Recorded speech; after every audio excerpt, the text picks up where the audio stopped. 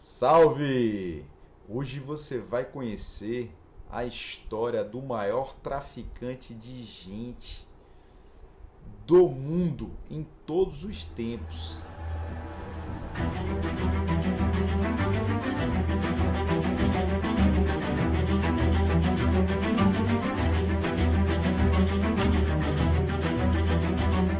José Félix de Souza, nascido na cidade de Salvador, da Bahia, em 1754 aproximadamente. A gente não tem uma data precisa. Ainda com 17 anos, ele vai migrar rumo à África, à costa africana, possivelmente para cumprir um degredo. E ele chega na cidade de Badagry. Mais tarde, ele vai ter acesso à cidade onde os portugueses chamavam de Popô Pequeno. E lá ele vai casar com a filha do rei, vai ser uma de suas mulheres, Gigibu, filha do rei Comologan. Tempos depois, ele vai ter acesso à fortaleza de Ajudá, uma fortaleza portuguesa no reino de Daomé, no qual os portugueses traficavam escravizados. E lá ele vai ser almoxarife, vai ser escrivão, vai ser o guarda-livros dessa fortaleza. Tempos depois vai chegar o seu irmão, Jacinto José de Souza, e vai ser o chefe dessa fortaleza. Com a morte do seu irmão, e sem avisar ao reino português, ele assume a direção da fortaleza de Ajudá. E aí vai trabalhar um bom tempo nessa fortaleza e logo depois ele vai migrar para um outro ramo de comércio. Ele vai comercializar gente viva, vai comercializar escravizados. Por entender e ter facilidade em aprender vários idiomas, uma capacidade fantástica, ele vai conseguir conversar e dialogar com as várias nações africanas, com as diferentes nações africanas. E vai comercializar pessoas, isso mesmo. Vai ter clientes na Europa, vai ter clientes na América Central, do norte do Brasil e principalmente em Cuba, né? E ele vai estender créditos, vai fazer um papel quase que de um banqueiro. E esse comércio, ele não utilizava geralmente dinheiro, ele usava produtos que tinham valor, né? Ele usava búzios da Bahia, que era muito valorizado, era uma moeda na África.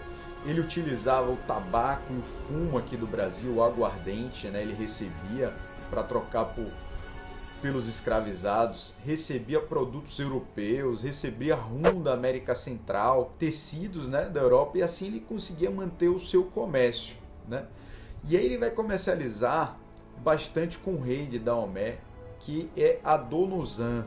Adonuzan é o rei de Daomé e vai estabelecer um rico comércio com José Félix. Até então não era o Xaxá.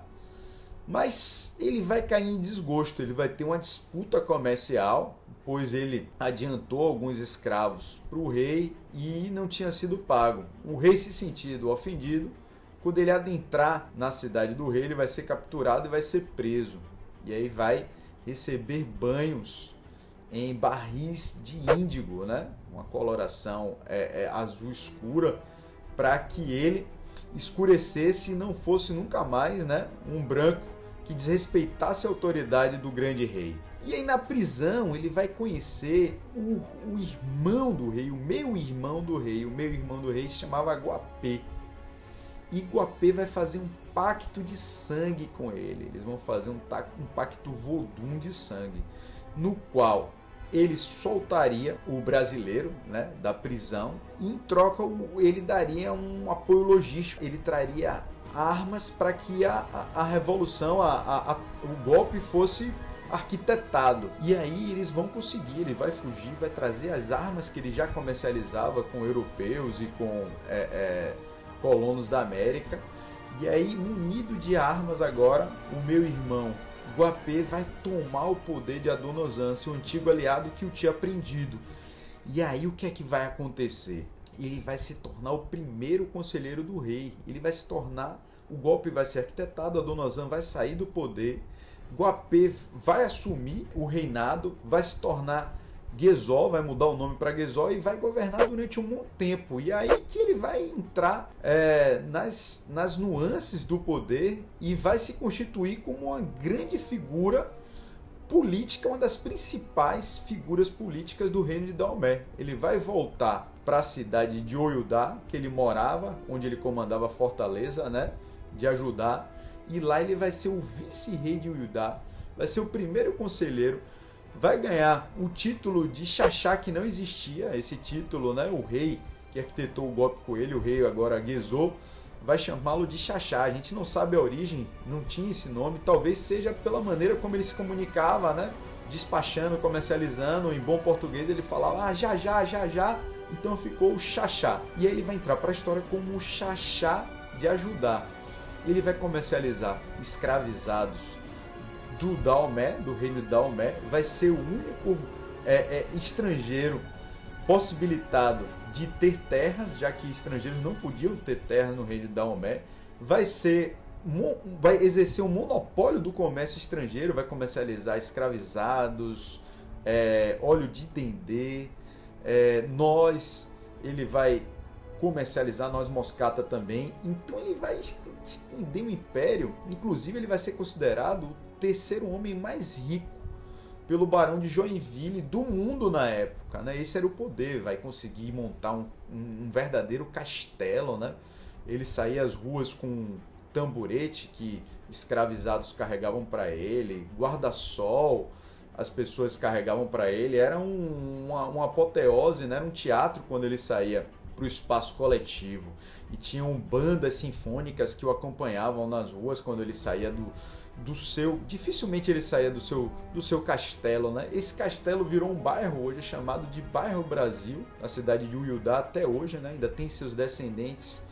Mas esse rico homem, esse poderoso homem que vai estabelecer comércios com banqueiros no Brasil, vai ser sócios de banqueiros, vai ter parcerias com bancos da Europa, com comerciantes europeus, da América do Norte.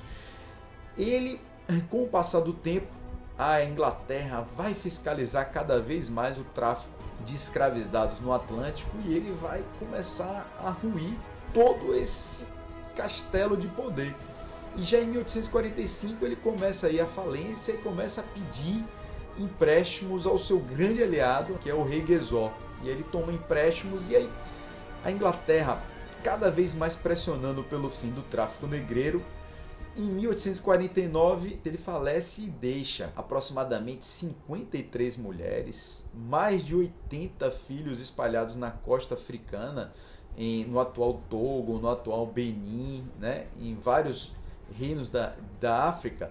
Tem descendentes dele que são chamados de Agudá. Agudá são os retornados para a África, principalmente do Brasil, e descendentes desses escravizados que retornaram, né? E aí tem uma extensa cadeia familiar dele nesses lugares, né? E que mantém a tradição brasileira. Tem festa de burrinha, né? Que lembra muito Bumba Meu Boi. Eles têm carnaval até hoje, né? E hoje ainda vive o oitavo Xaxá, é um descendente dele, Honorato, vive no Benin, né? Na cidade, no bairro Brasil, criado por ele, na cidade de Oyudá. E no Togo também tem muito descendente dele, os Agudás. Ele recebia, como o ser humano é muito complexo, ele recebia os retornados do Brasil, os ex-escravizados, e sempre o acolhia. Ele sempre foi a ponte entre Brasil e África, né? Ele foi um dos primeiros comerciantes daquela costa com uma política mais voltada para o capitalismo, mais burguesa, né? Enfim, o enterro dele, o rei vai mandar 50 amazonas para esse enterro, vai ser um enterro apoteótico, digno de rei mesmo. Vai enviar algumas pessoas para serem sacrificadas, alguns escravizados. O filho dele vai recusar esse sacrifício humano em nome do pai, né? E dizem que pelo menos um jovem garoto e uma jovem foi sacrificada em homenagem ao Xaxá, né? E o filho dele, como era praxe, né, era cultura africana, ele soltou fogos em forma de luto ao pai e dizem que queimou boa parte da sua casa. E aí ele entra para a história como esse personagem riquíssimo, né, que levanta polêmicas, né, bastante, um traficante de gente, nascido em Salvador, né? E ele definitivamente vai cravar seu nome na história e vai ser condecorado em Portugal com a Ordem de Cristo, né? E vai ser muito reconhecido na Europa, na América e na África. Essa é a história, a rica história do Xaxá de Ajudá.